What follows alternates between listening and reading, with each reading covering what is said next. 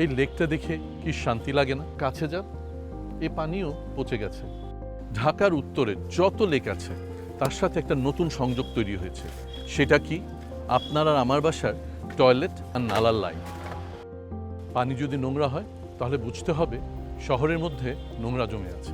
ঢাকার 60% পয়ঃবর্জ্য, অর্থাৎ আপনার আমার বাসার পেশাব পায়খানা এই লেকগুলোতে পড়ছে।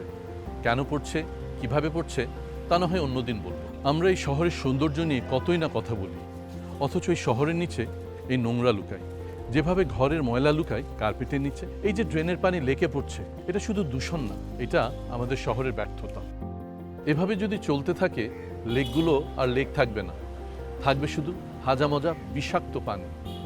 শান্তির লেকগুলো যদি নর্দমা হয়ে যায় তাহলে এই শহরের ভবিষ্যৎ কোথায়?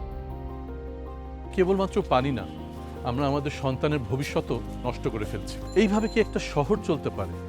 শহরের সৌন্দর্য মানে কি শুধু বিলবোর্ড আর লাইট?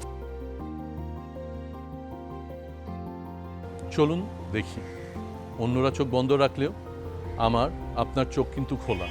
দেখা হবে।